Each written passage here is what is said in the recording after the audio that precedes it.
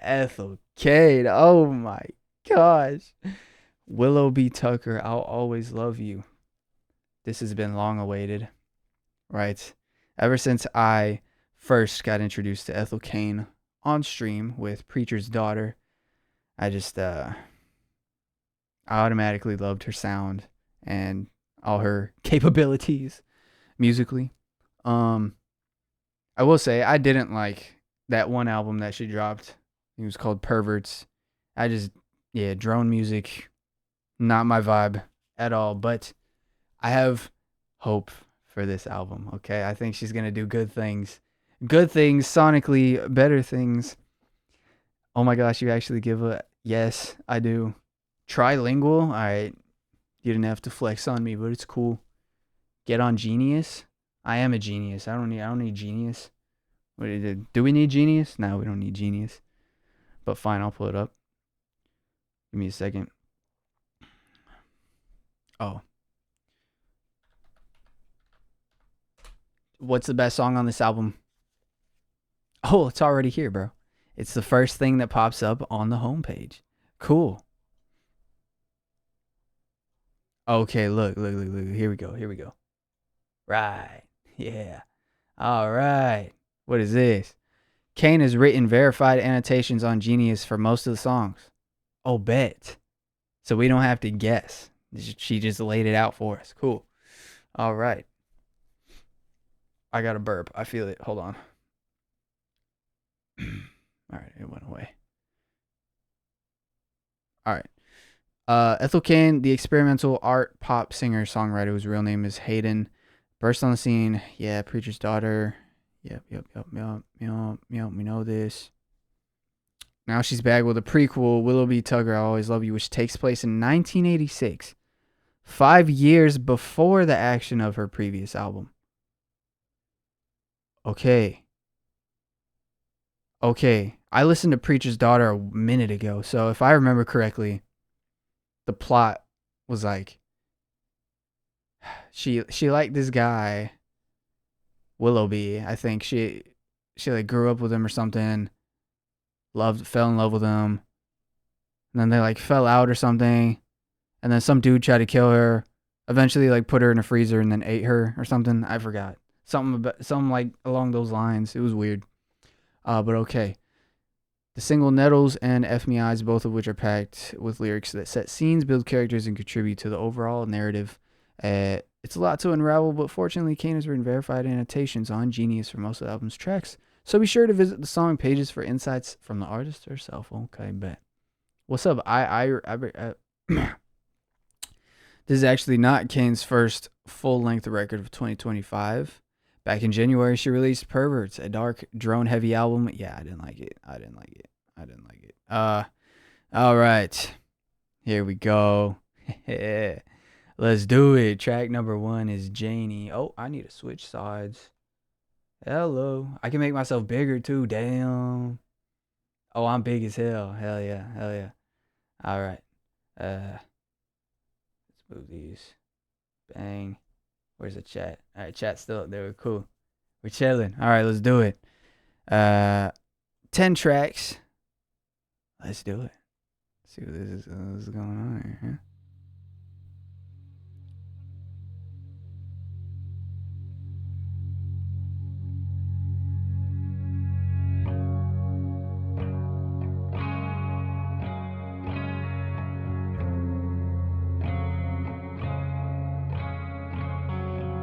Is it sad? Oh, man.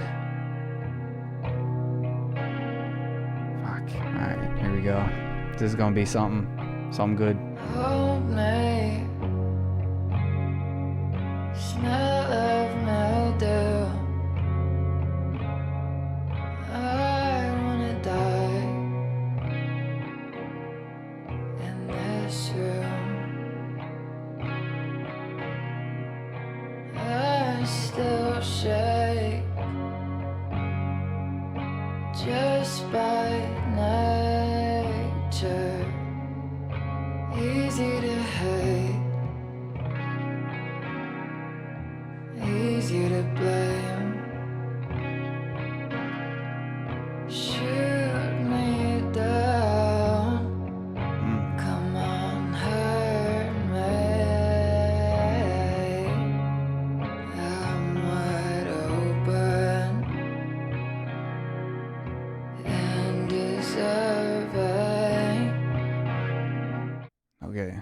So the first annotation here from Ethel Cain for this line, right? Easy to hate, easy to blame. Shoot me down, come on, hurt me. I'm wide open and deserving. Ethel's story begins the summer she turns 16 when her best friend gets a boyfriend. As Janie is Ethel's only real friend, she fears this marks the end of their relationship as she knows it, where Ethel had her best friend all to herself. Oh man, I know this. I know this feeling all too well. Freshman year for me, yep. Best friend got a girlfriend. Completely left me out to dry, bro. It's fine. It's fine. Her insecurities lead her to provocation, claiming Janie should just rip the band-aid off and be done with Ethel. Okay, so she's 16. Her best friend is Janie. Got it. Please don't leave me. I'll always need more. Please leave open your most quiet door. I know she's your girl now, but she was my girl first. So she's talking to the boyfriend. She was my girl first. I can see the end and the beginning of everything. And in it, you don't want me, but I still play pretend like I don't watch you leaving.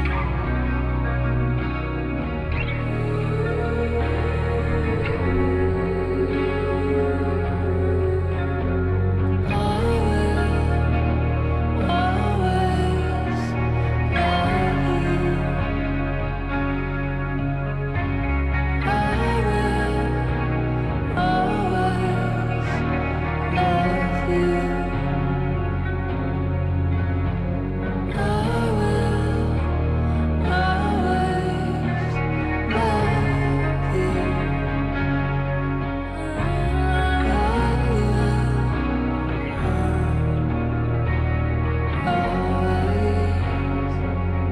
It's not looking good,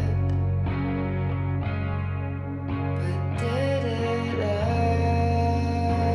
ever? Low stakes,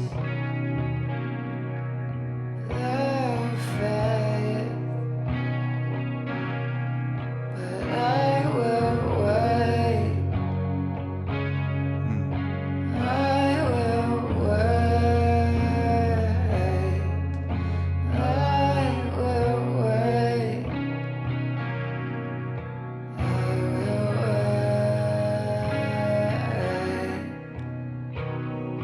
You keep changing.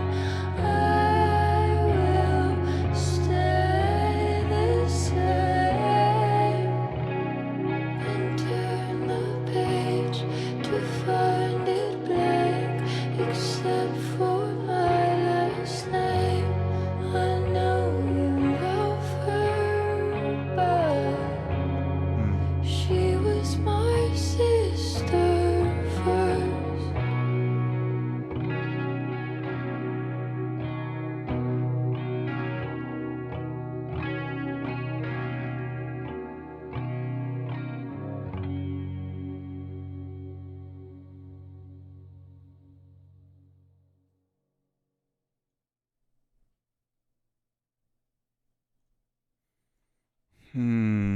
Yeah.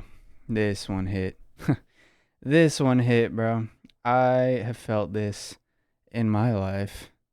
Oh, yeah. Like I said, freshman year, my best friend that I grew up with got a girlfriend. And yeah, it just completely felt like he ditched me. But looking back at it, it wasn't really. I mean, like, my feelings were reasonable. like it was reasonable for me to feel that way, but at the same time, it's like, what do you expect? You know, like is both. It was the first time either of us had gotten into a relationship, and I can't, I can't just spend all my time. He can't spend all his time with me. Like, we're gonna have to grow apart eventually, and that is what ended up happening. And now we don't talk anymore. So it's cool, Ethel just out here relating to me for no reason. Like it was fine. I wasn't expecting that. But all right. So Janie is her best friend that she is hoping will not leave her indefinitely for this guy. Yeah. All right. That was a good intro track. Let's keep it going with Willow B's theme. Okay.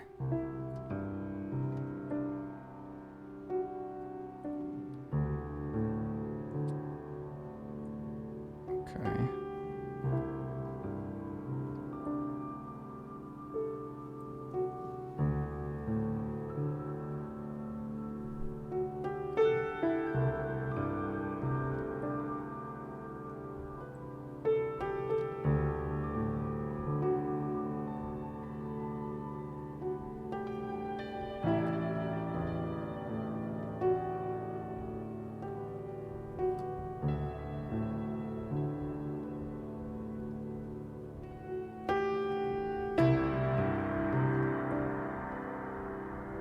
So Willow B is the guy that she eventually ends up falling in love with, right? If I remember correctly.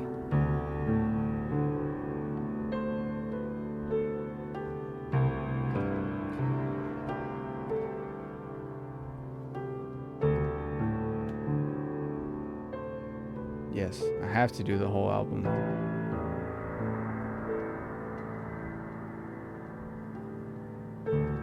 Oh, right. Right.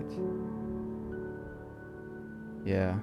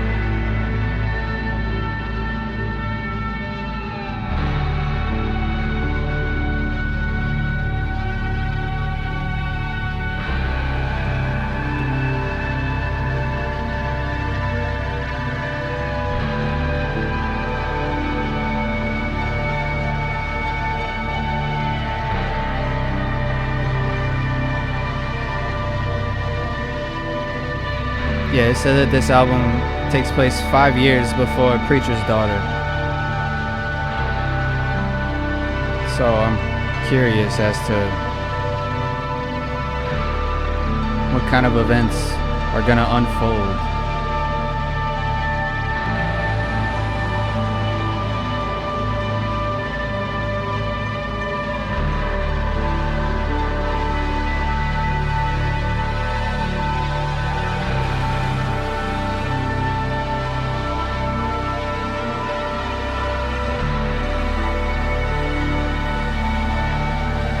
If you're not familiar with who Ethel Cain is, she includes a lot of like there's actual meaning to her music, substance, and it's pretty important to like pay attention to everything.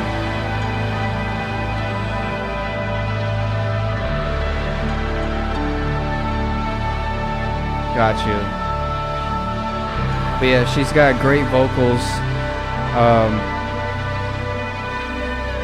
She has a very ambient kind of style that I like. I really like the amount of like space that she uses in her tracks. It's really cool to hear it. And if I'm not mistaken, she produces everything herself.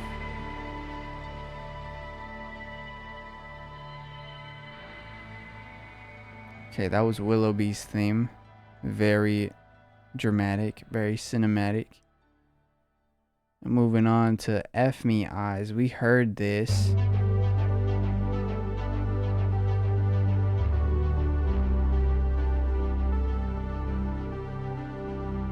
But here we go.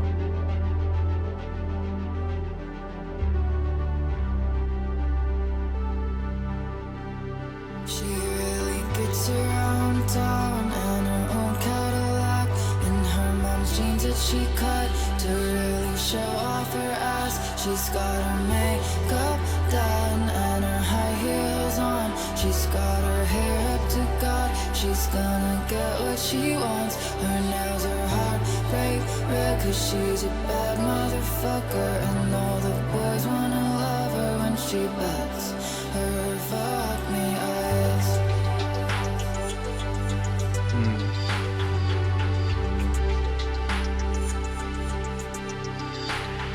She goes to church straight from the clubs. They say she looks just like her mama before the drugs. She just laughs and says, I know. She really taught me well. She's no good at raising children, but she's good at raising hell. I remember that line. I remember first hearing that line. I was like, damn. She goes to church straight from the clubs. They say she looks just like her mama before the drugs. Damn, okay. Another annotation by Ethel. Ethel finds tension between the two faces that her classmate Holly Reddick presents day and night. From the club, letting loose around boys, then to church with the rest of their community. There is a twinge of jealousy or judgment in how these parallels are drawn by Ethel. Clubs are often seen as hotbeds for sinful activity by many Christians, especially the Protestant Christian denomination. Ethel seems to pick apart the dichotomy of Holly's public identity. Later in the bridge, she further elaborates on the insecurity she feels watching Holly. I'll never blame her for trying to make it, but I'll never be the kind of angel he would see. Ethel fears that Willow B will never love her because she sees how most men flock to Holly's sex appeal and assumes that Willoughby will follow suit and will be uninterested in Ethel because of differences between the two women. Got it. Sounds like Ethel's a bit insecure about herself when it comes to her relationship with Willoughby. Like she's scared that, or a little worried that he might, lose interest in her to go follow this classmate who is partakes in a certain lifestyle. It's alluded to in the album Preacher's Daughter that Ethel Cain grew up in a southern town, Shady Grove, Alabama, ravaged by drug/alcohol abuse as a way to cope with familial trauma. In this line, it's clear it is shamed because this town's southern women are expected to deal with their trauma in private. It's also interesting to note that Holly Reddick is compared to her mother in her prime, which plays into the misogyny that is so readily available and used against women in Shady Grove. Even the women don't realize that they're shaming each other. Got it. Daddy keeps her in a box, but it's no good. The boys can't get enough of her and her honey fuck me eyes.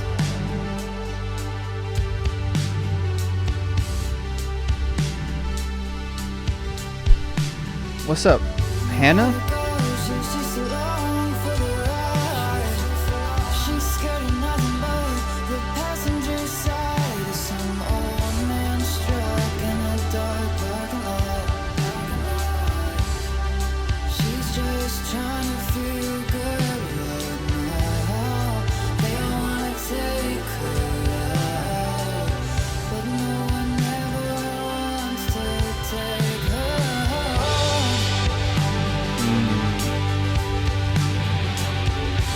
That's a tough line.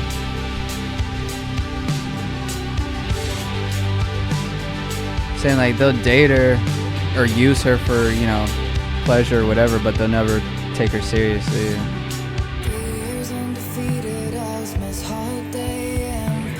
Damn.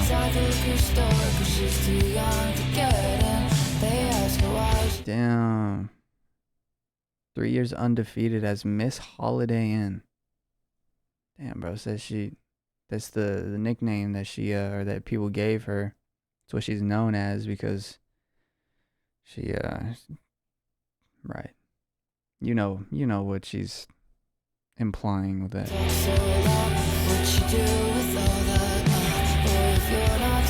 Jesus, fuck around and come find out. She's got the radio and blasting with a big white smile. Pretty baby with the miles. And when she leaves, they never see her wipe and her fuck me eyes.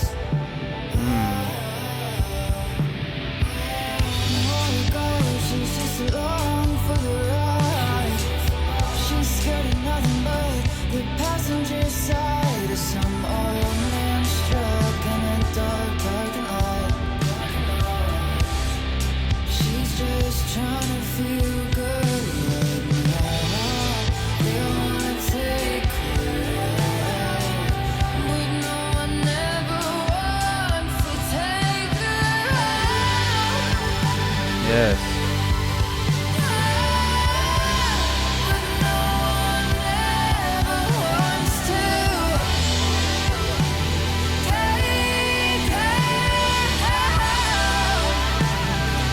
There are those vocals.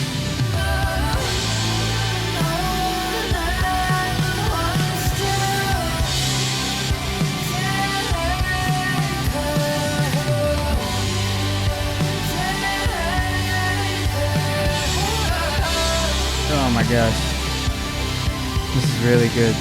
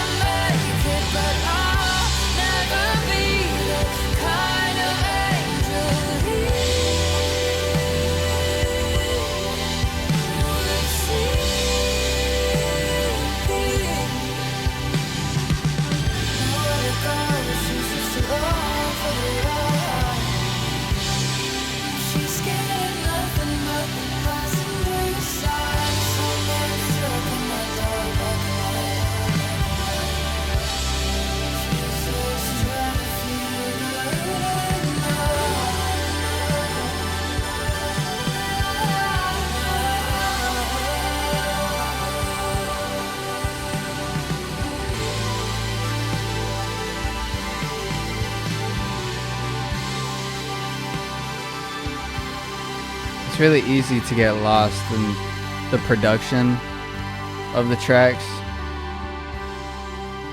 and kind of like overlook what she's talking about. But when you take the time and like actually listen to the stories and stuff, it's like, bro.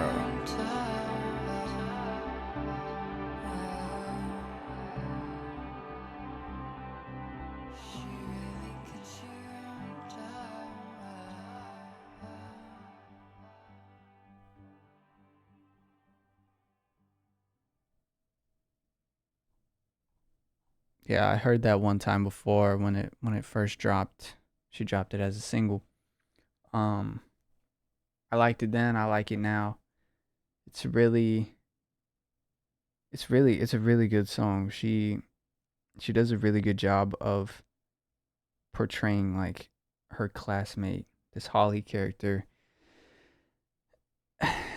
She does a really good job of detailing her lifestyle and the choices that she's making and the toll that it takes on her, just trying to get by and, you know, be okay, you know. But Yeah, she's really good at songwriting and making everything come together. What did Ethel Cain say about this track? Thank you to for turning a little acoustic demo from 5 years ago into an absolute rager as usual with the crazy ass guitars. Yeah, okay.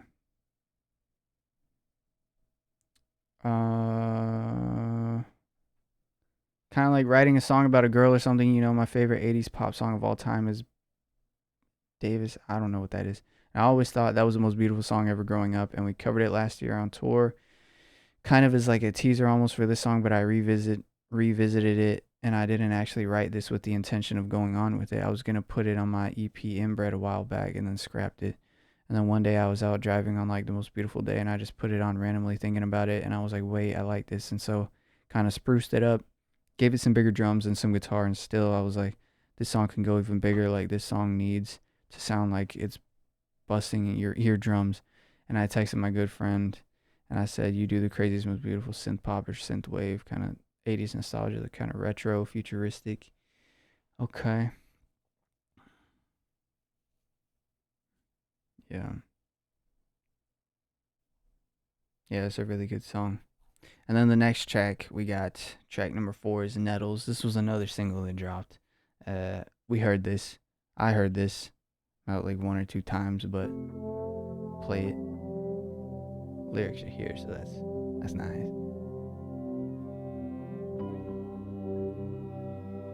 The song is actually depressing but beautiful at the same time. Yeah. Yeah. Pretty much sums up Ethel's music pretty well. Not all of her songs are depressing, but a decent amount have like a very like overall they're not the most uplifting. Let's say that.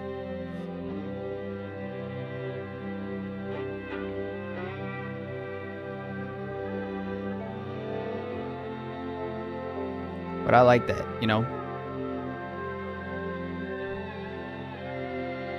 I like how real and raw she is with what she's feeling. She's not afraid to talk about it. But yeah, this song is really good.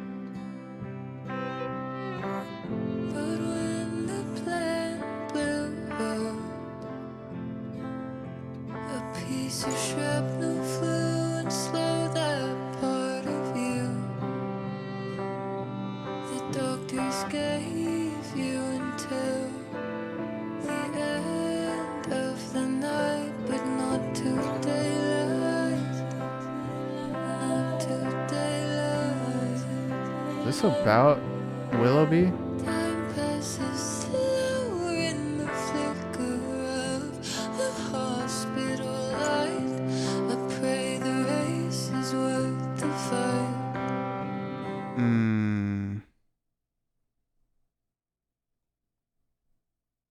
Life is a race is a metaphor used to describe life as a competition or a series of challenges, often with a sense of urgency or striving for achievement. Both Ethel and Willoughby are characters deeply scarred by their environment where they grow up in a home and community that doesn't offer them safety. The race to grow up here isn't just a metaphor and instead serves as a survival tactic for them.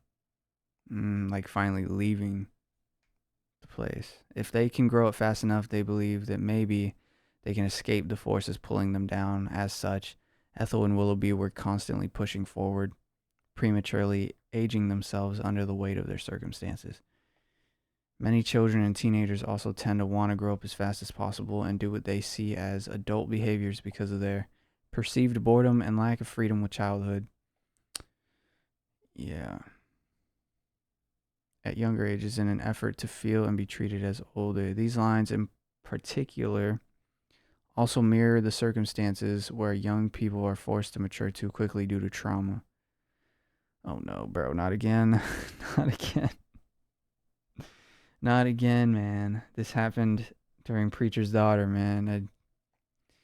She related to me on a pretty deep level. Oh shit. I didn't even know this what this okay.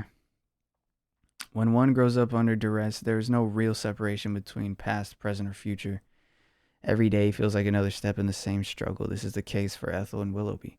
This yearning is ironic in nature. By rushing into adulthood, they bypass the security and care that might have saved them.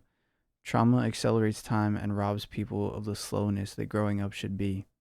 For Willoughby especially, this race ends in disaster, foreshadowed by his injury mentioned in the following line. This line is also the first time it is mentioned that Ethel and Willoughby grew up together and did not only meet later as teenagers or young adults. Okay, so they've been known each other since they were little. And they both grew up in places that weren't the best. And he suffers an injury. Are you liking the album so far? I am.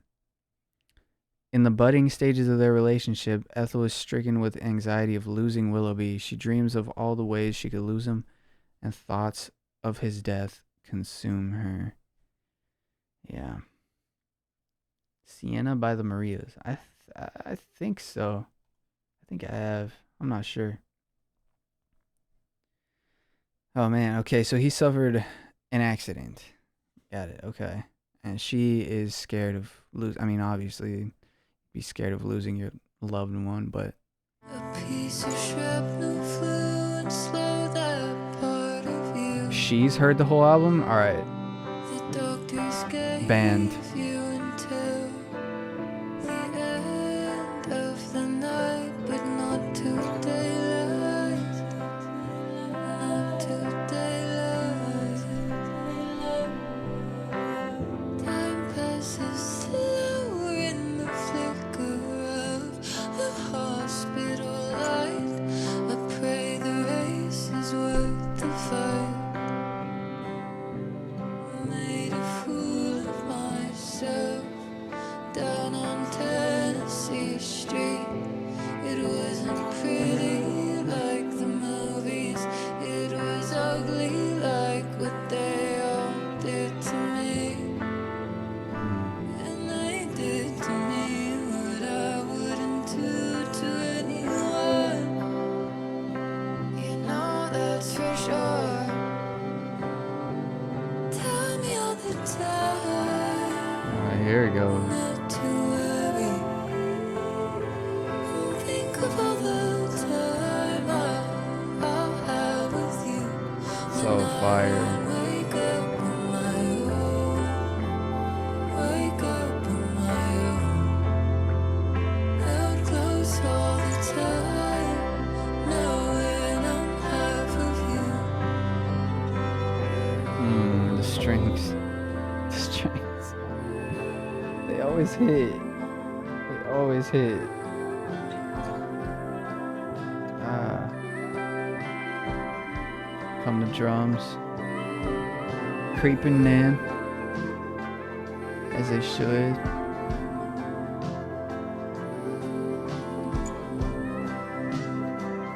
Yeah.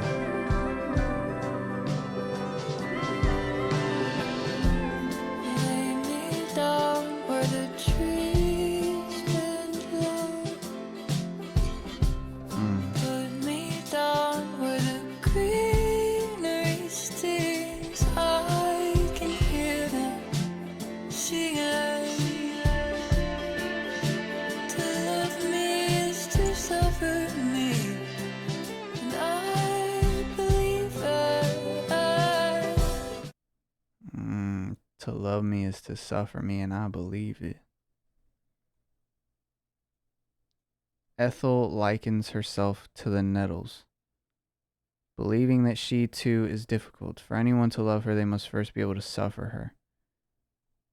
Oh, right, because stinging nettle is a plant, right? Yes, stinging nettle is a plant, bro. When I was little, I I didn't know what this was. I mean, obviously, I was, but I went on the camping trip with my neighbors, and I thought it was just like a regular patch of grass. Um, and I sat on it, bro. Fuck. I thought that I sat on like a porcupine or something. It hurt so bad. And I was freaking out because I was getting like hives everywhere. Uh, but yeah, I didn't know what it was until like recently. It was like a very faint memory from my childhood. And then I asked my mom, I was like, Mom, do you remember that one time that we went on that camping trip and I got like stung by something? She was like, Oh yeah, that was stinging nettle. And I was like, Oh, you knew what the plant was this whole time? And you just never told me, but it's fine. I never asked, so it's not her fault. But now I know, and now it makes sense. Lay me down where the trees bend low, put me down where the greenery stings. I'm assuming that's the grass. Nettles representing soft and vulnerable organisms evolved to be outwardly painful in self protection, attempting to grow and survive in a place that makes this difficult. Oh, okay. Okay. Nettles representing soft and vulnerable organisms. Right, so we can take that as Ethel and Willoughby. Because at this time, right, they're still young.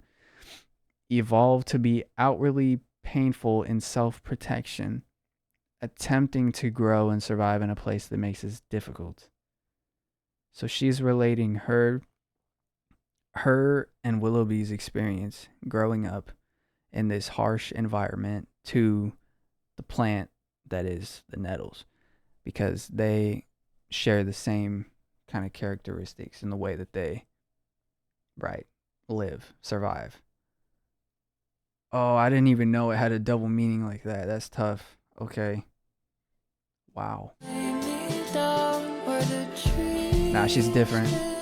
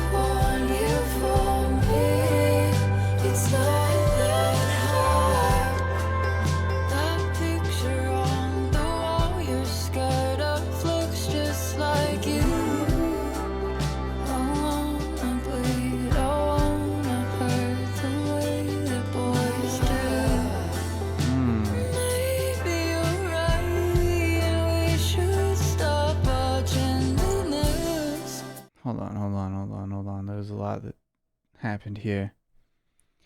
When I lay with you in that auld-lang room, wishing I was the way you say that you are, you'll go fight a war. I'll go missing. I warned you. For me, it's not that hard. You'll go fight a war.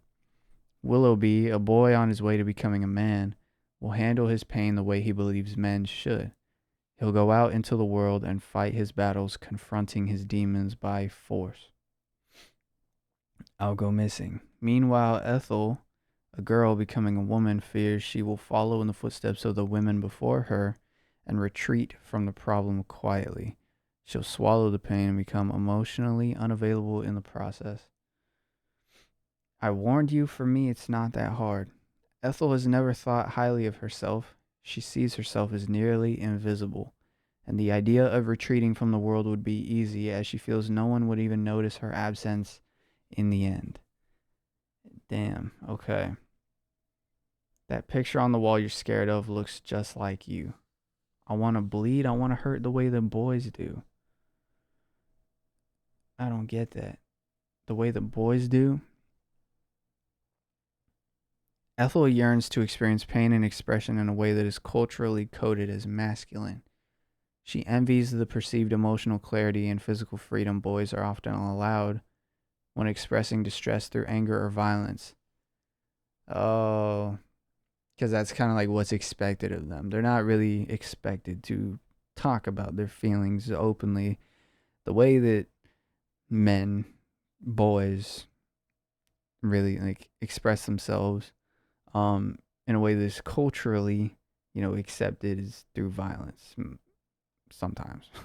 Uh, Such methods mirror the self-destructive actions Willoughby has done throughout the album, whereas girls and women are frequently denied those outlets or punished for using them because it's not viewed as feminine to be violent or kind of like lash out. Gendered envy is seen here not of being a boy per se, but rather to access the same privileges of suffering. Ethel yearns for the right to be visibly angry, reckless, or damaged without it being pathologized or romanticized. Wanting to bleed and hurt the way boys do alludes to her craving to feel raw and seen rather than quietly suffer under the burden of emotional repression. You're saying like in her town, it's not common or accepted for girls to be visibly angry or like you can't show that kind of emotion if it's like a negative emotion. Like you have to deal with it in silence. Additionally, particularly in the 20th century and earlier, due to the way that women were restrained and oppressed societally, women less often were able to get out into the world and put themselves into situations where they could be physically injured and were more often victimized by emotional injury instead. Here, Ethel may be saying that she wishes she instead felt physical injury over emotional and that it hurts less and she knows that she would be able to handle it better. Ethel may also be saying that because Willoughby is part of her, she wants to feel all that he feels, even if it hurts, even if she bleeds. It is also 1986 in the South. Okay, got to keep that in mind. It's a different time. Different, yeah.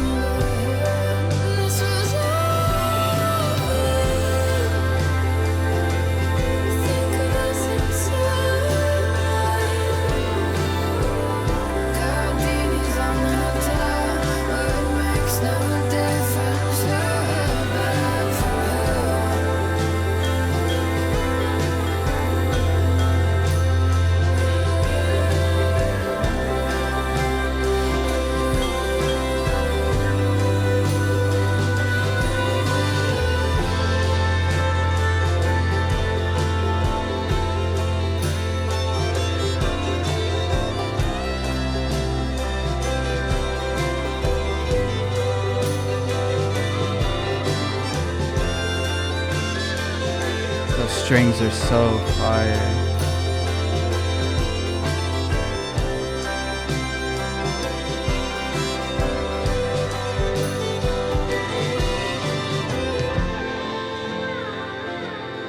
man.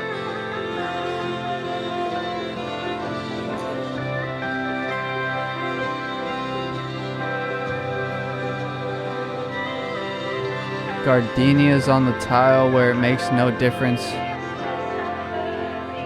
who held back from who.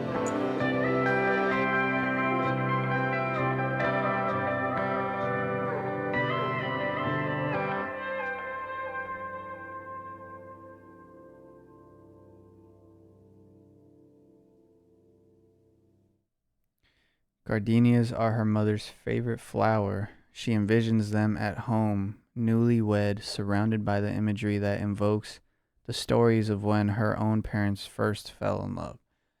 She imagines having that kind of love, where emotional unavailabilities and insecurities are a thing of the past. They are simply together in love, and that's all that will matter. Gardenias on the tile where it makes no difference who held back from who. Saying, okay, love is really all that matters. That is the focus of us and our relationship. Gardenias are often tied to purity and deep emotional connection and are also given as tokens of admiration or affection. This mirrors the circumstances surrounding the ways her own parents fell in love. Despite this, gardenias become easily bruised or wilted. This fragility mirrors the emotional state of Ethel and her relationship with Willoughby. While their love exists, it remains vulnerable. Additionally, tiles are foundational elements of a home, often found quite literally beneath one's feet. This fragile love is not lofty or idealized. Such speaks to the mundane yet profound nature of love lived day to day. And Ethel imagines having that same kind of love.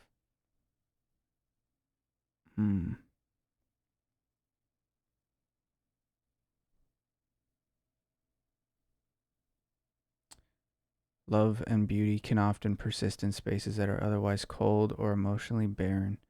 The resilience required to maintain intimacy amid hardship is rather high. Oh man. Yeah, see, this is what I'm saying. Like there's a lot of things that go into her lyrics and her songwriting. There's a lot of meaning to a lot of her lines. Okay. Well, that was Nettles. That song was really good the first time I heard it. It's really good now. Let's keep it going. Next track is Willoughby's Interlude. What do you want, darling?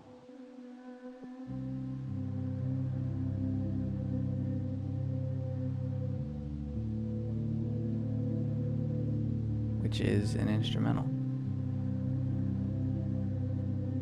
Bet.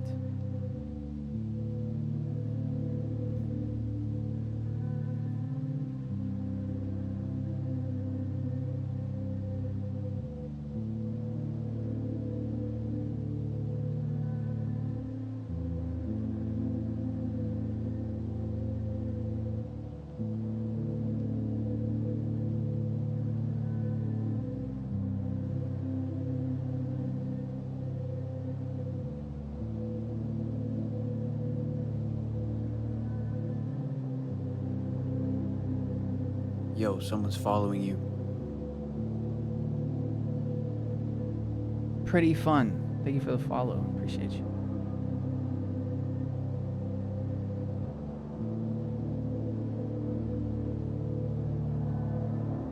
I highly recommend you guys, if you have not taken the time to listen to Ethel Cain, listen to Preacher's Daughter. This album right here. This album is peak. But definitely do like you gotta pull up the story of it and like the lore behind all the songs and everything. Cause it's a whole thing.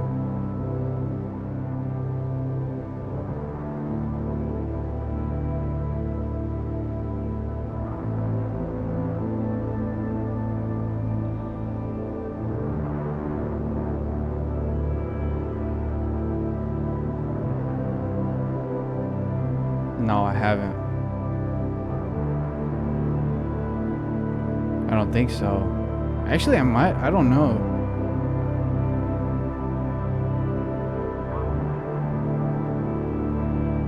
I don't know.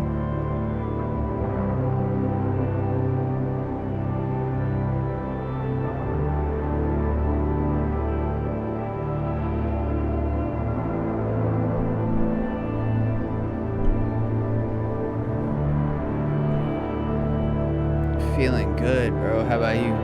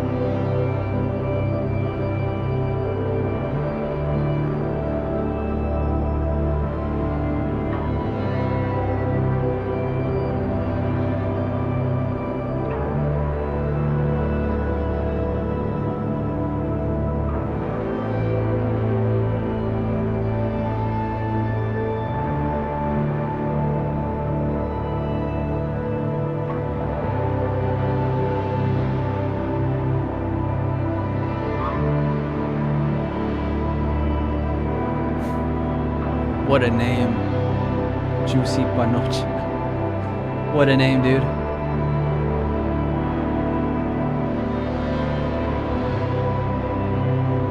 But yeah, she definitely could if she wanted to.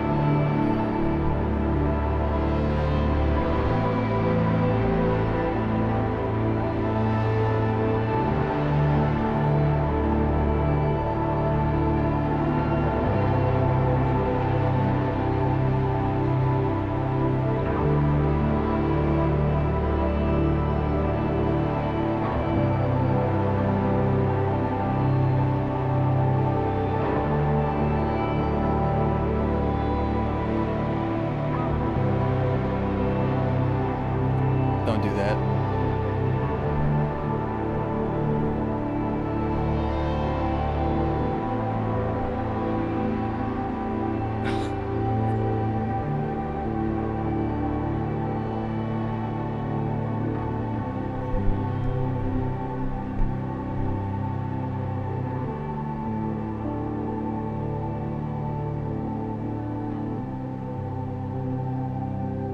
I guess you could kind of take this as like her, like these instrumental tracks, just like her,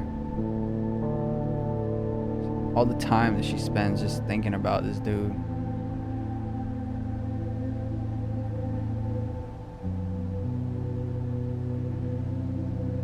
I'm kind of taking the instrumentation as like how she feels about him. Like it's kind of eerie, but at the same time it's like kind of beautiful.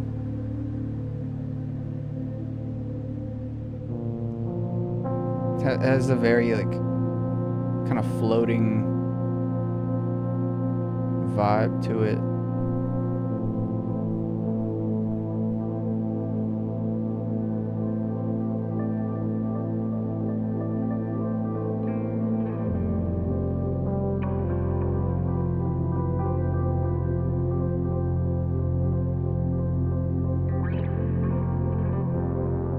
Him leaving.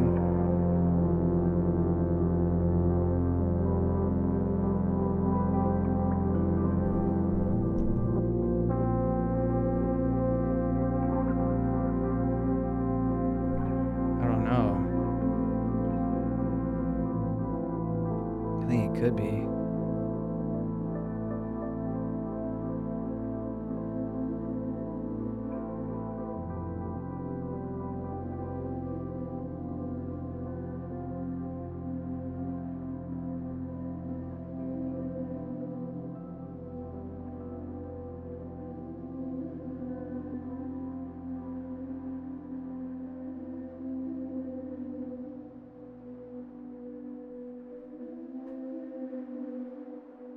It does kind of sound like a little bit of yearning.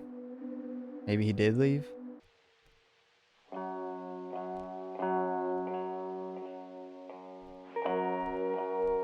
Next song, Dust Bowl.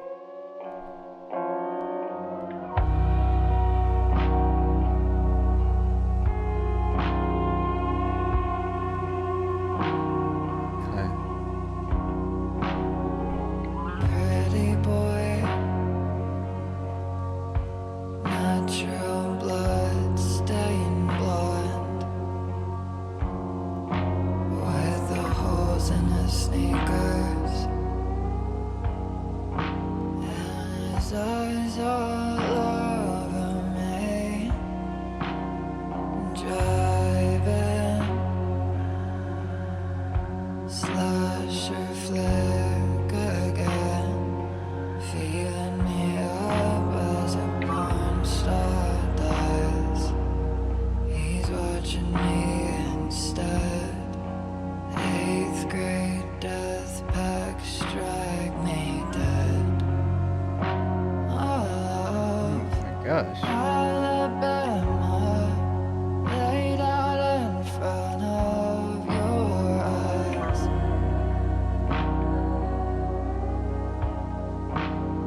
But all you could see was me. You walked in, you were singing. You tried to wait in 'cause you wanted just to tell me who you were.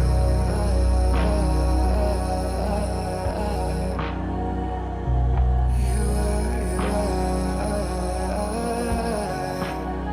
kind. Done to tell me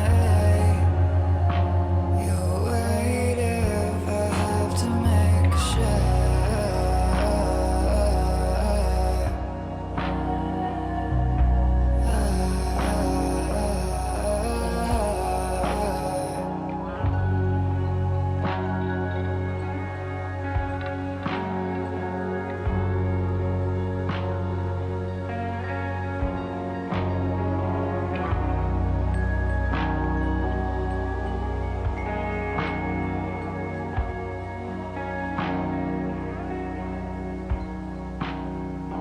Pretty boy, scared of the rain by God. Tender the row of your vanish, Oh, with your eyes all over me, watching, hoping the wind blows slowly so I can keep you a moment.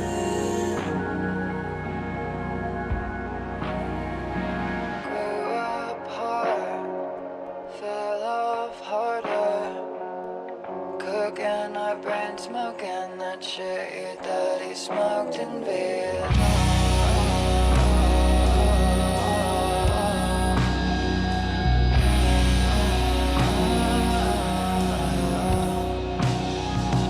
You'd be a writer if he didn't leave all his healthy.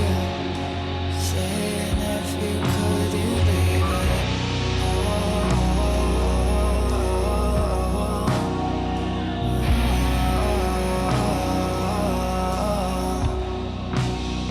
I knew it was love when I rode home crying, thinking of you fucking other girls.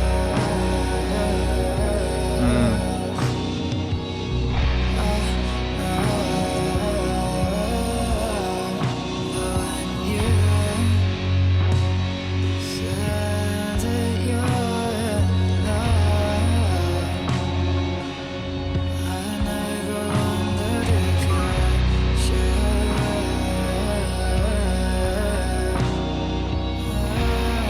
you think he did leave? This is Past tense. Pretty boy, consumed by death, with the holes in a snake. Why did he leave though? Just And his eyes all over me, over me, over me, over me, over me, over me, over me,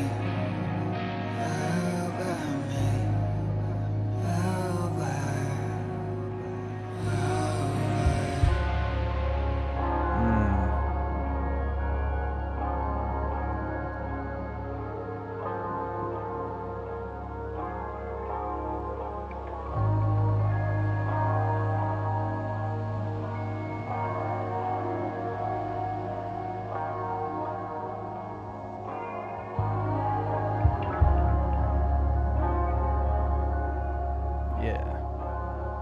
It's got a very reminiscent feel to it.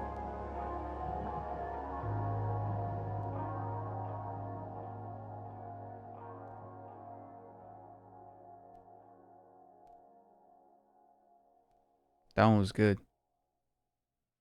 I like it. Next track is A Knock at the Door.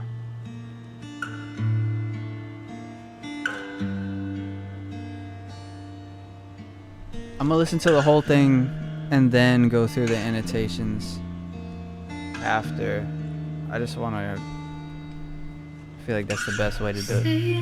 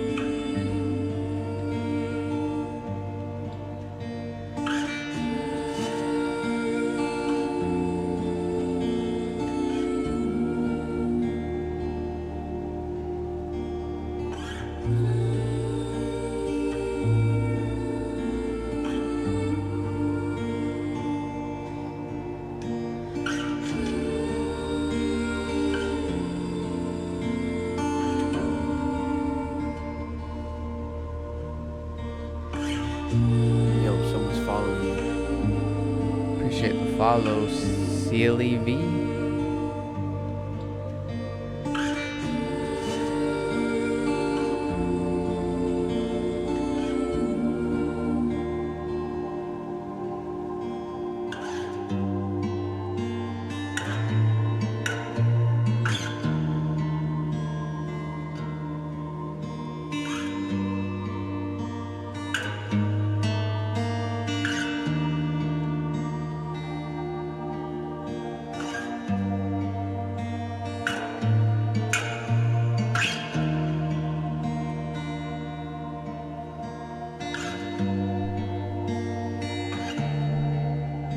annotations are long, that's fine.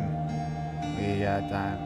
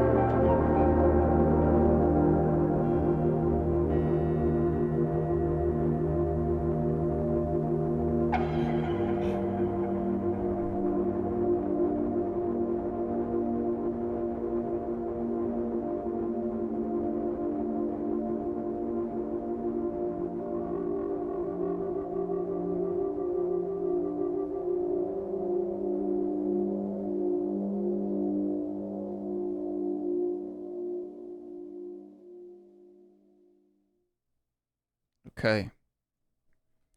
That was a knock at the door. Let's look at some of these annotations. Satan's in the state pen. You're here with both your fists, and you're not scared of no knock on the door. Although the Satan referenced here isn't directly called out by their actual name, it can be insinuated that it is Willoughby's father, whose return from Vietnam left him war-scarred and shell-shocked, riddled with PTSD. Now demonized by Willoughby. Is that revered? Revered? I think it's revered. As Satan, he was most likely sent off by the family to the nearby penitentiary to get better, but nevertheless got worse. It is evident earlier in the album that Willoughby holds a lot of resentment for his father, not wanting to look like him in the portraits that hang up in their family home, but he feels obliged to see him, albeit through gritted teeth and tense knuckles. However, despite holding this candle of amicability towards him, he still views his father as the root of all evil in his life, a cancer that he just can't seem to remove. Due to Willoughby's apathy towards his father, even in his current state, Willoughby doesn't care whether he lives or dies, saying that he isn't scared of the knock on the door and by extension the message of death on the other side. Like he doesn't know what he's going to get with his father. In a way, Willoughby is much like Ethel, but while Willoughby took action to try and separate himself from his generational sting, Ethel was haunted on the love her father once held for her, destined to forever look back and desire that love from a male figure she so desperately perverted to be normal.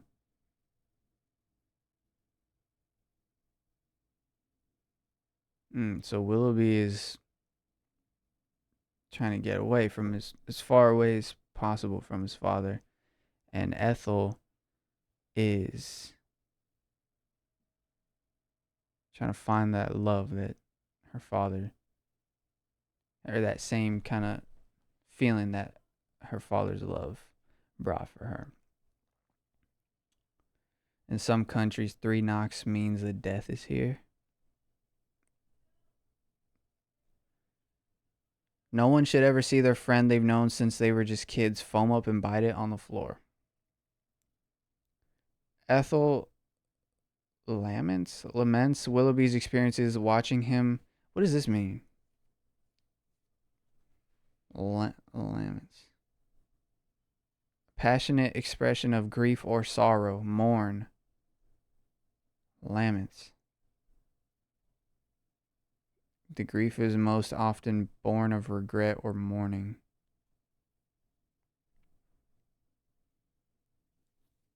Oh, so like, okay. Watching him lose more and more throughout the course of their relationship to the trials and tribulations of the real world.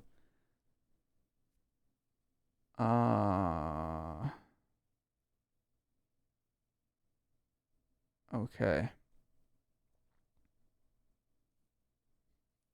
What the hell? Bro, alright, bro. You're not about to do me like that, man. Chill out. Chill out. You never need to call my name, though I love it all the same. I know you by your knock on the door.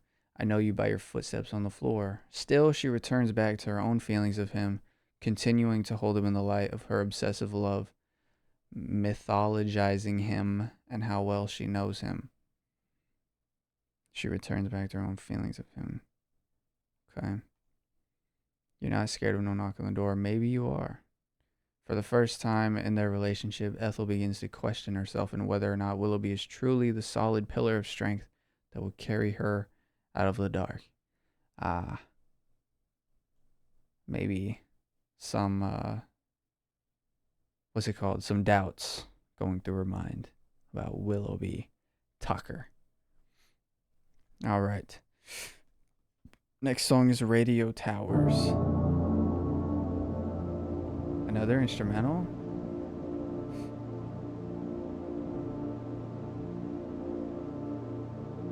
Yes, she indeed does put him on a pedestal.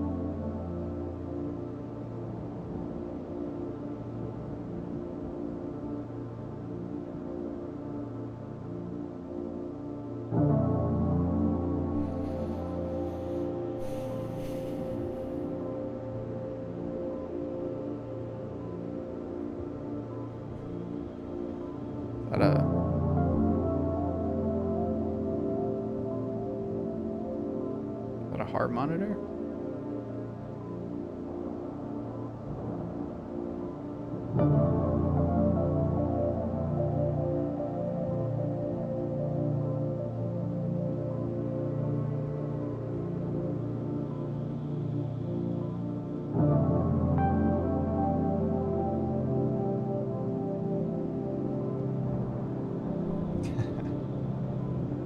Yes, I did.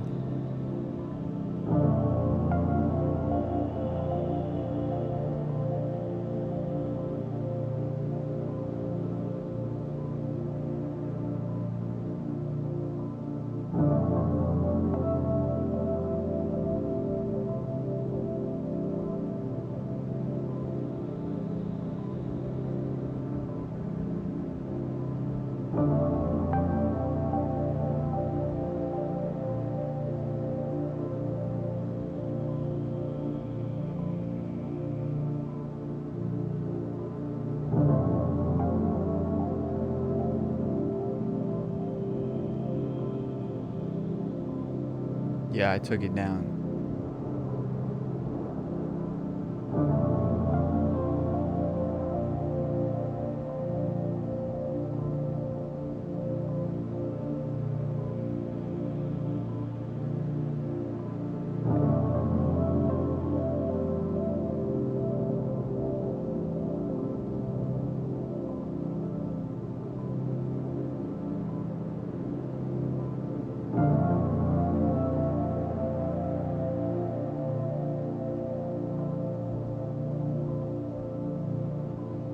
Chat. I went to go see the movie Weapons last night. I recommend. I do recommend. It's very good. Very good movie. You're back. Oh my gosh. What great news. What is it about? It's about this class of kids, 17 kids that mysteriously go vanishing in the middle of the night. And nobody knows why. Until they start, right, asking questions, figuring it out. At 2:17 a.m., all 17 kids walked out of their houses and ran into the dark. It's a horror movie. It's a scary movie.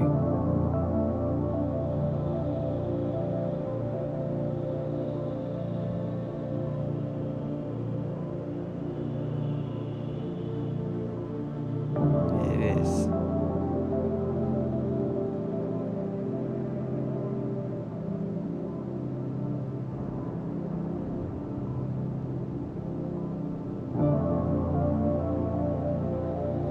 So what do we know so far from this album? Willoughby and Ethel grew up together. Ethel she feels bad for Willoughby because she sees all the things that, he has to go through. She also wants to experience some of his experiences as for herself. Like being able to express her anger and, all those kind of things.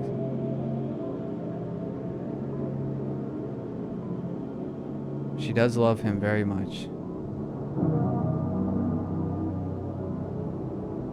The relationship ended on the night of April 21st, 1991, when a tornado hit the town of Shady Grove and left 3 people dead.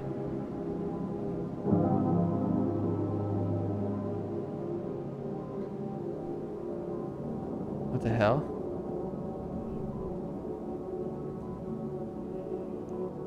It transitions into the next song, Tempest. Okay.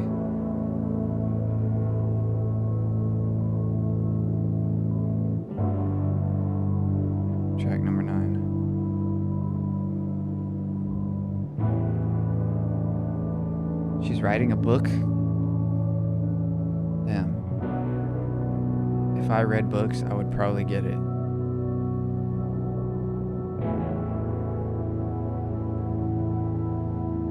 Is that what it means?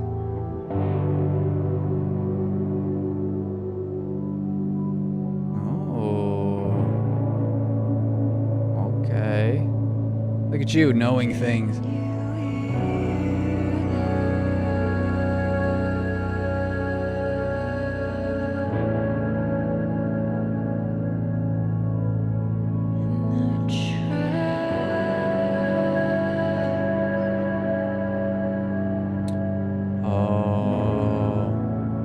Said that this song is the only one written from Willoughby's perspective.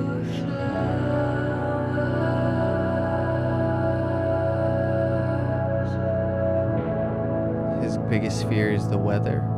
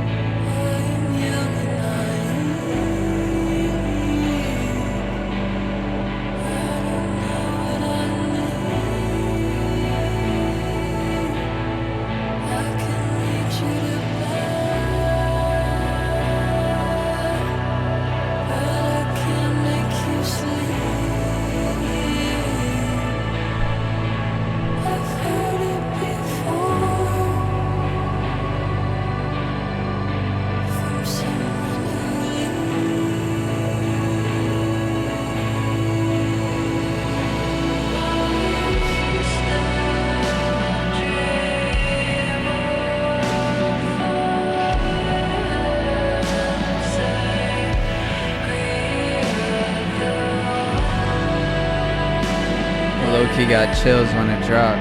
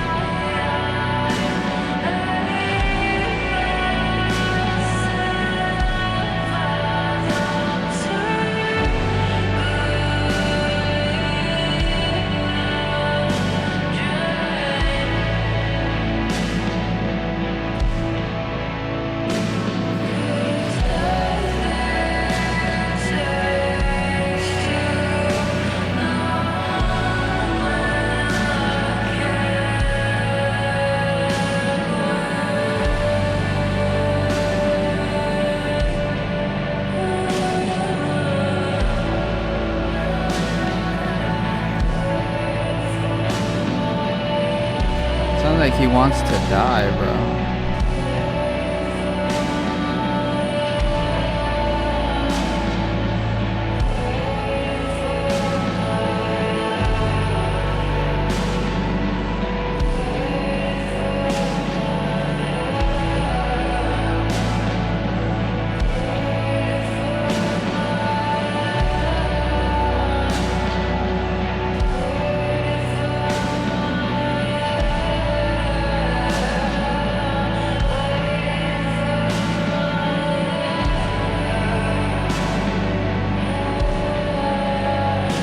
Yeah, this.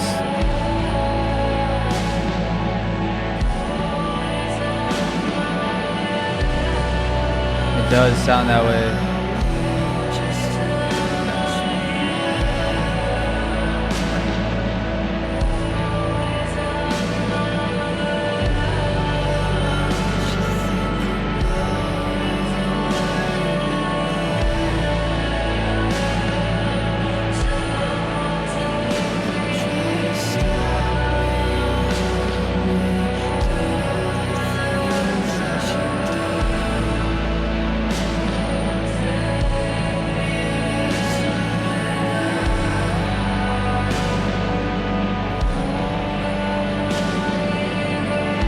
Yeah, because imagine, like, he already hates his dad.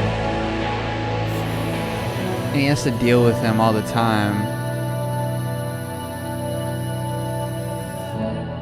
And now he's got to deal with his relationship, which, you know, ideally you would want a relationship that kind of like help you, or like a partner that can help you forget about all the trauma and stuff that you're going through, all the bad things in your life. I'm talking from like Willoughby's perspective, right? But now you got to deal with her kind of like putting such like crazy high standards on you, and that could probably be exhausting on its own. It's just another thing that he's got to deal with that could be avoided.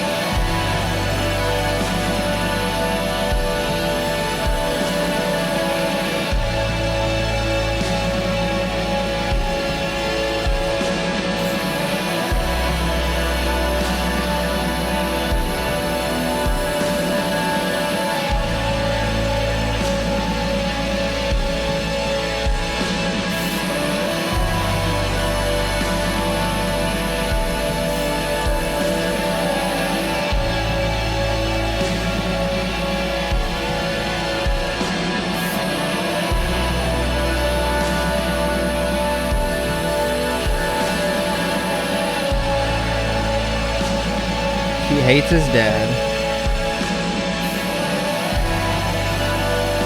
Ethel is now doing things that reminds him of his mother who left him.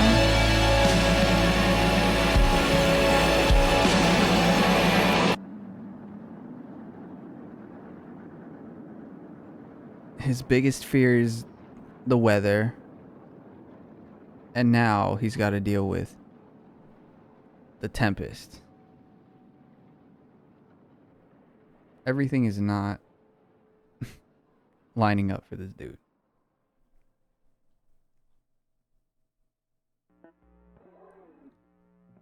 Waco, Texas.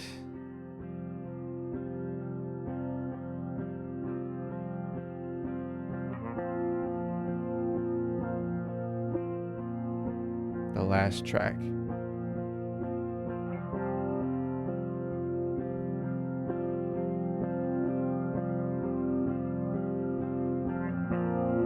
Yeah, he's overwhelmed, bro. I would be too. Fuck.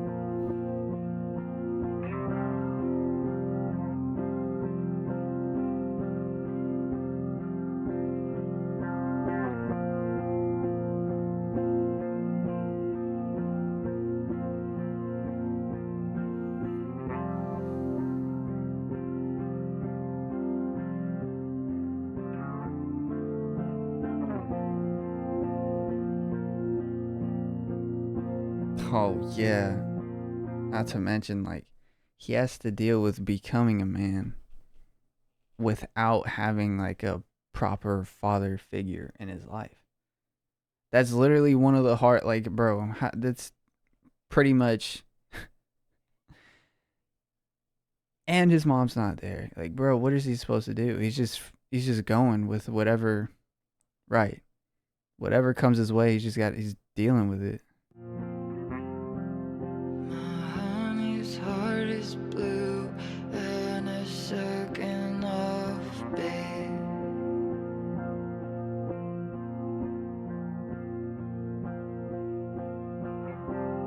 Always tugging at me like he's running out of daylight.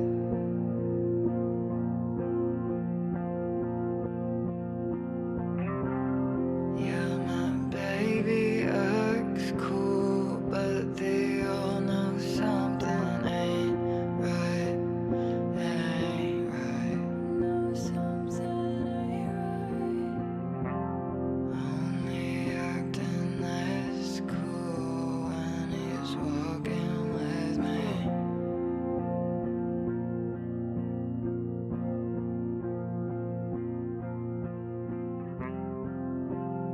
1998, forever and a day. I keep the pictures hanging where the world can see 'em. I hope we die today.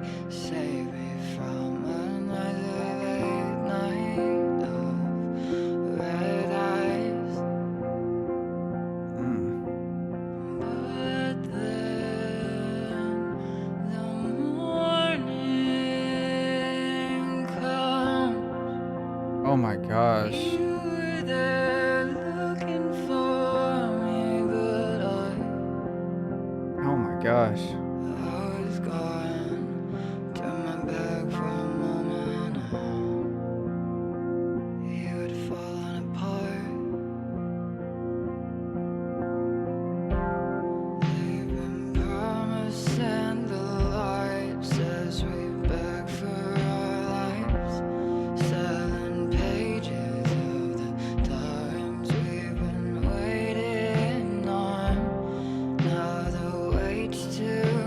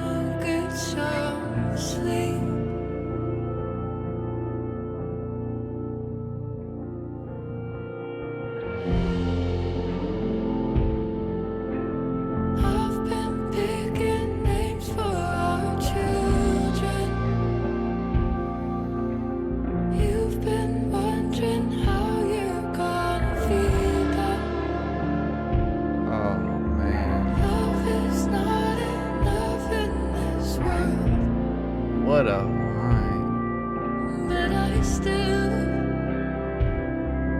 believe it. Nebraska dreaming. So they're focused on two different things, bro. She's been focused on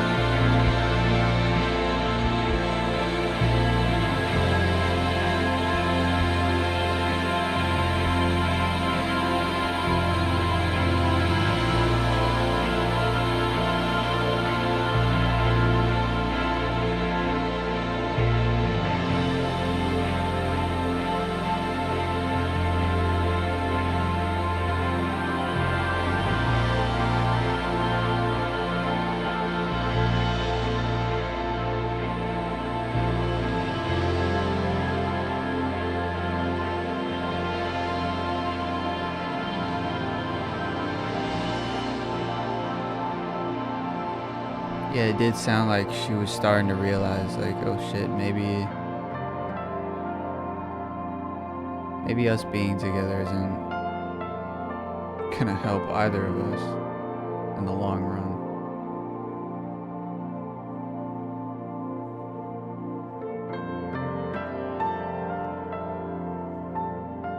Oh, these keys are nice.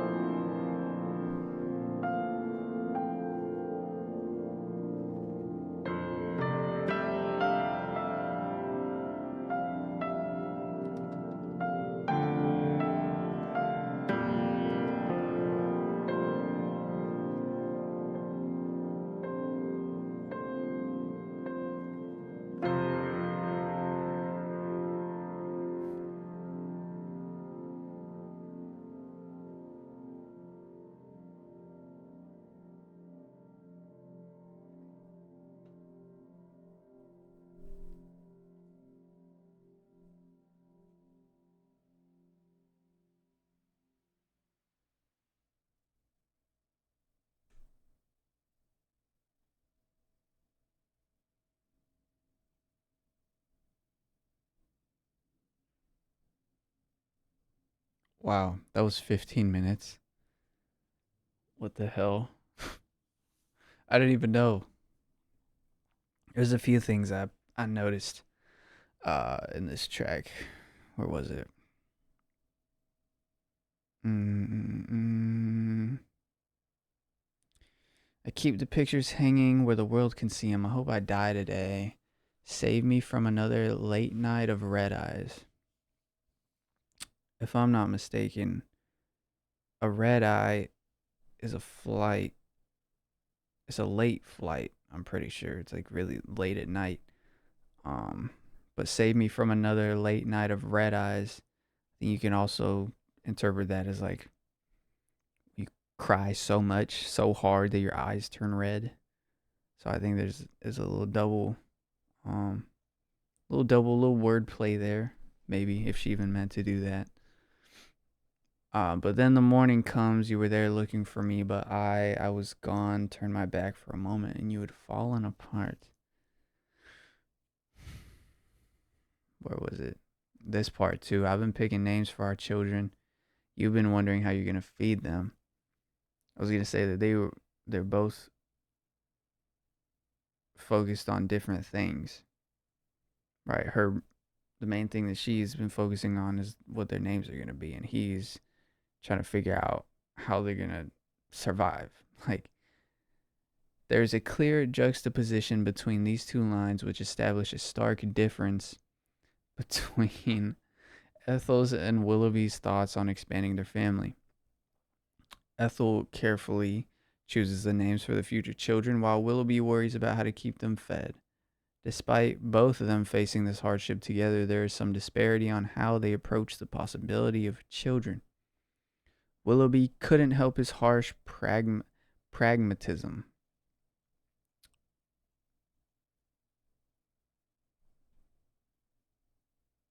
An approach that assesses the truth of meaning of theories or beliefs in terms of the success of their practical application.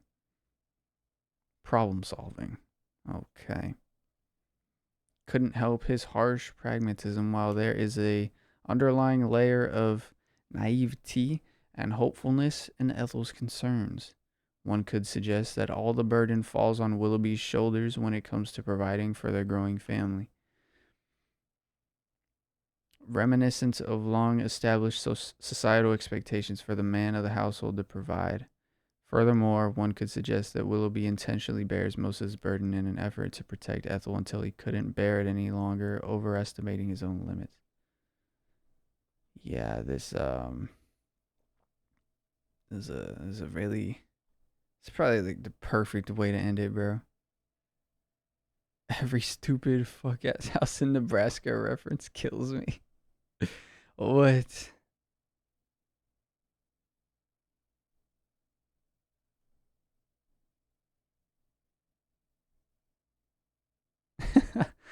What?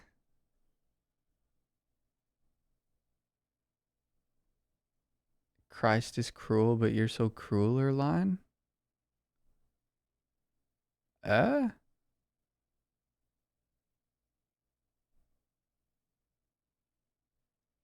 There was a line that got taken out of this?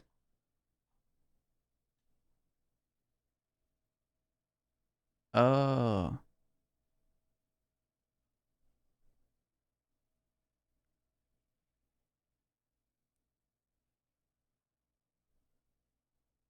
Both of them wishing for sleep, but Ethel meaning content and calmness, and Willoughby meaning death. I'm gonna vomit. Oh my gosh. I'll be honest, it's been a minute since I listened to Ethel Cain's Preacher's Daughter album or House in Nebraska. So the references that were in this track, I didn't catch them. Chest achy. I am unwell.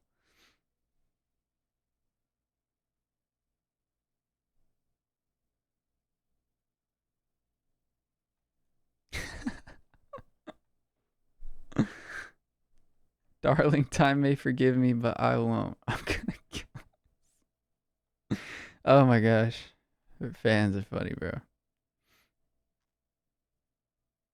It's kind of crazy how like she came up with this story between these two characters and people are so invested in it.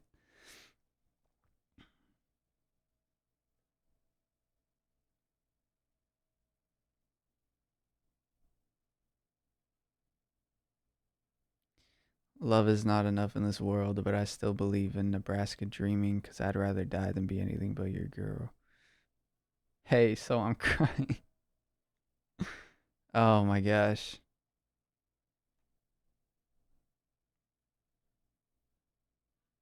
Fuck ass piano. Was the piano part of a house in Nebraska?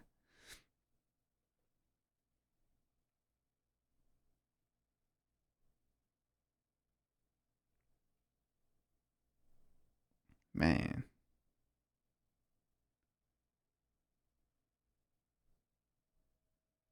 Yeah, no, that did not feel like 15 minutes, I'm gonna be honest.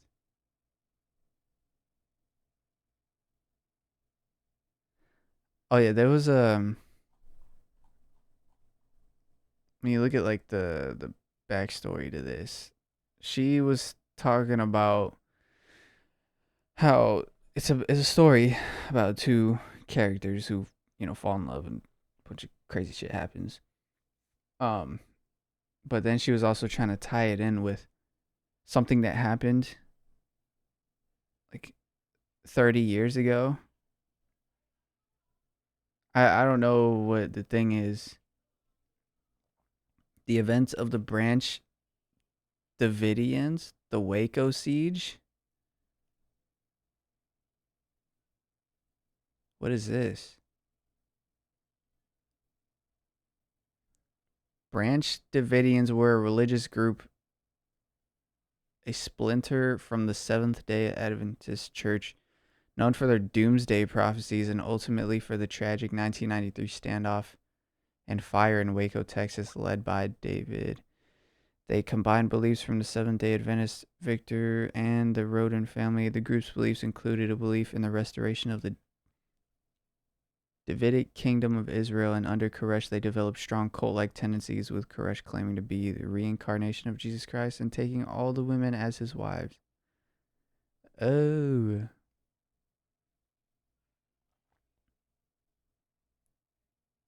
I've never heard of this before.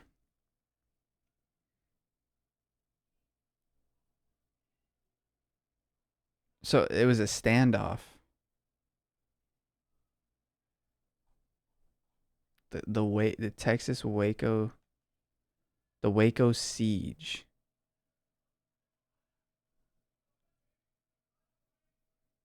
51-day standoff.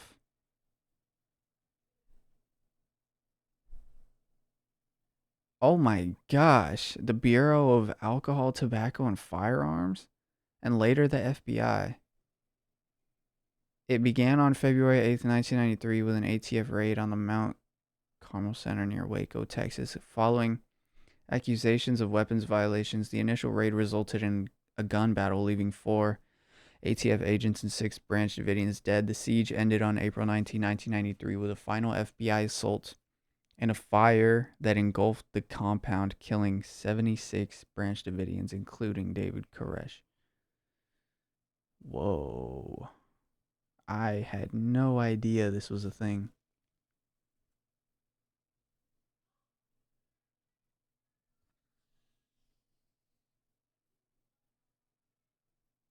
Wow.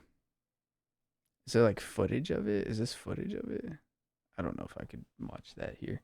Okay, well, that was the Ethel Cain album, Willoughby Tucker, I'll Always Love You.